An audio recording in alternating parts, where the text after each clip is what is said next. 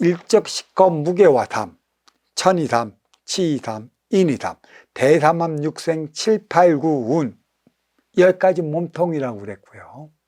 또 지중의 본질이라고 그랬어요. 본질은 삼라만상 3차원의 삶을 살아가는 천지창조를 이루어 살아가는 인간의 본질은 무엇인가? 음양합이 공이 차원으로서 이루어진 게 인간의 삶인데, 그러한 인간은 어떻게 살아가야 하는가?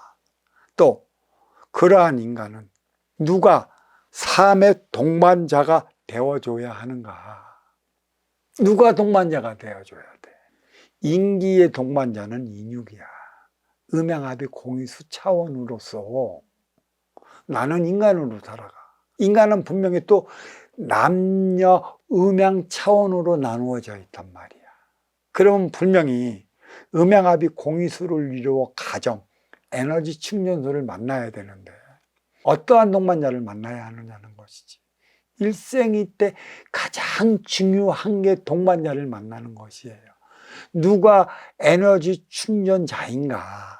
다시 말해 누가 이로운 자이고 누가 아쉬운 자인가? 이에 따른 분별을 바로를 해갖고 이로운 자는 이로운 자의 삶을 살아갈 수 있게끔 그에 따른 공부를 다 해야 하는 것이고, 아쉬운 자는 아쉬운 자로서 이로운 자의 에너지를 충전해서 행의 현장 사회에서 너의 역량을 발휘해야 하기 때문에 어떤 동반자를 만나야 하는가가 그렇게 중요한 겁니다.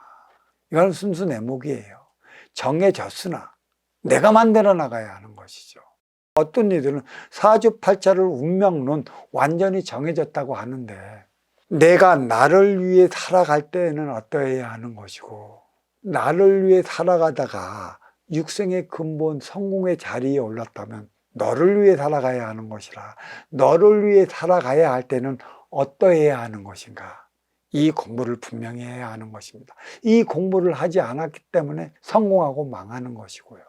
또 이 공부를 하지 않았기 때문에 성공하기도 전에 좌절로 말미암아 안타깝게도 삶을 끊는 이들이, 세상을 버리는 이들이 있다는 것이죠. 공부는 필요한 것입니다.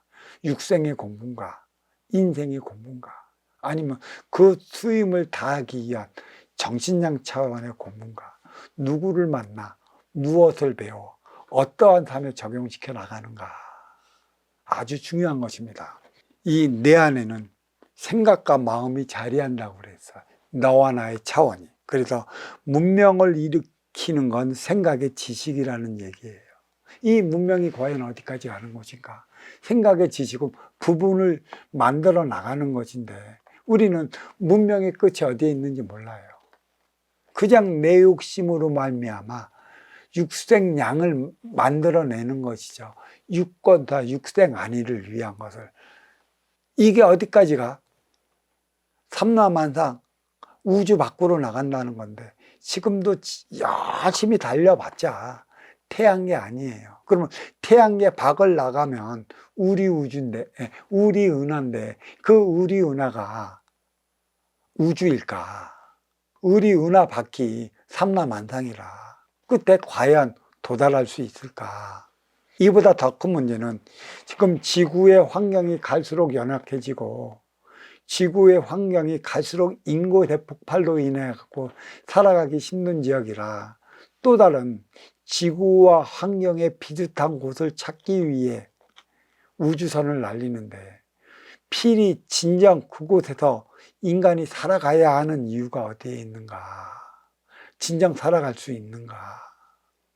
본향으로서 회귀의 차원이 무엇인가? 왜 인간은 태어나서 고향을 떠나 타향에서 살아가야 하는가? 천을 떠나갖고 지혜에서 살아가야 하는가?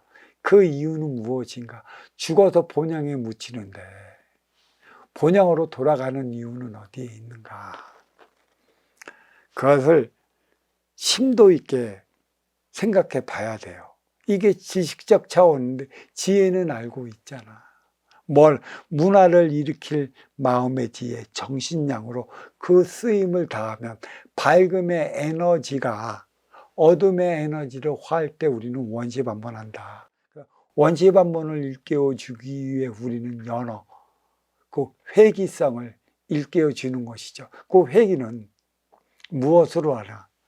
바다로 하는 것이죠. 바다는 용왕 기운이고 강물은 민물 기운이라. 이 바다가 집한대를 받쳐주니 집한대에서는 만물이 성해요. 육의 생명체가. 그렇다면 이 대륙에 있는 민물은 무엇인가? 어디서 생성되는 것인가? 그건 간단해요.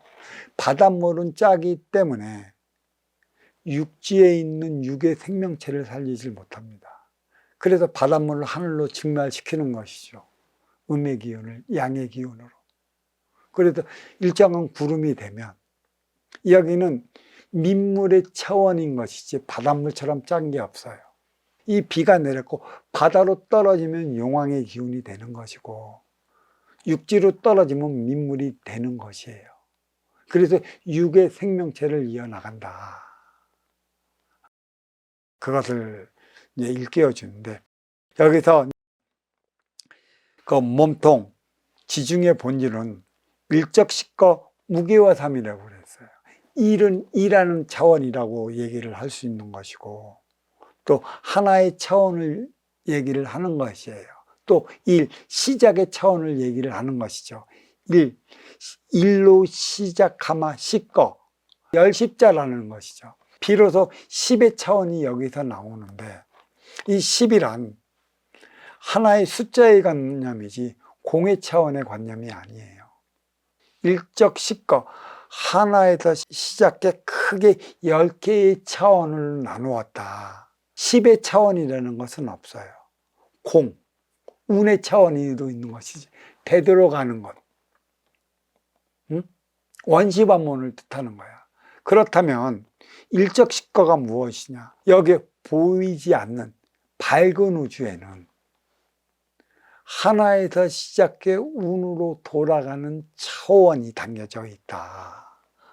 삼라만상 속에 그 법칙을 너희들이 바로 일깨워 준다면 인기가 인육을 벗고 본향으로 돌아가는 그 대안을 마련할 수 있는 것인데 그게 1에서 10의 차원까지 그려놨다.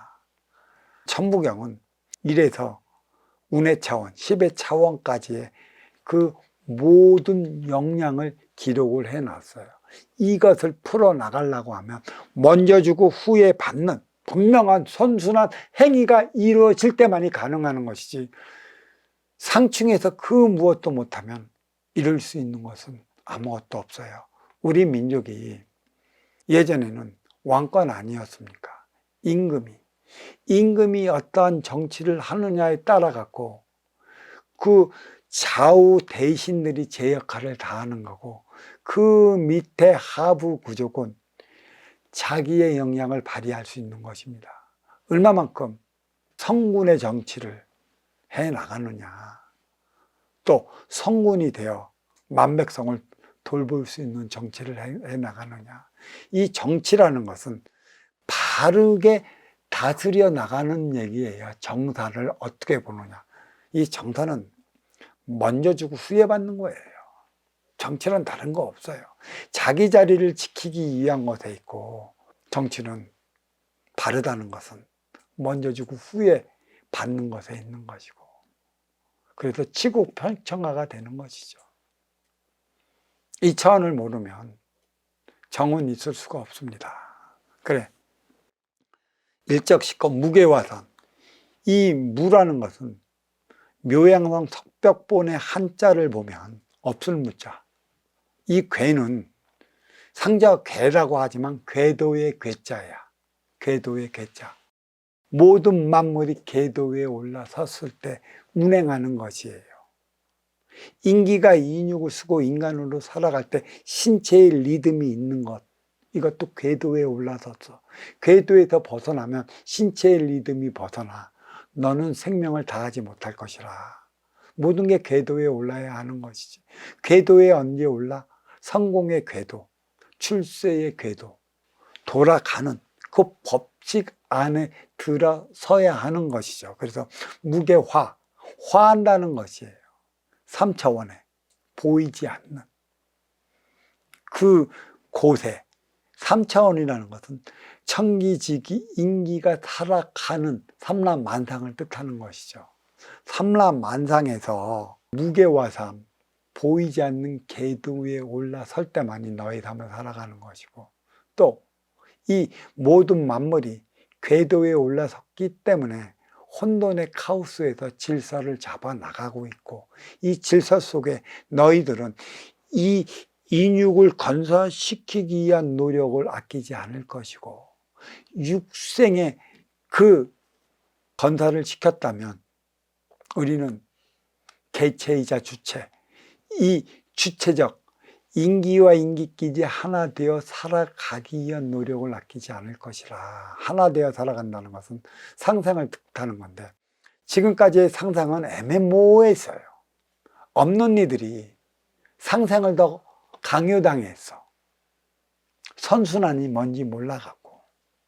천부경이 나왔으니까 있는 이들이 잘해야 없는 이들도 그 뜻을 본받는 것이죠. 선생이 잘해야 선생을 본받는 게 학생이듯, 교수가 잘해야 교수의 뜻을 본받는 게 대학생들 아니겠어요.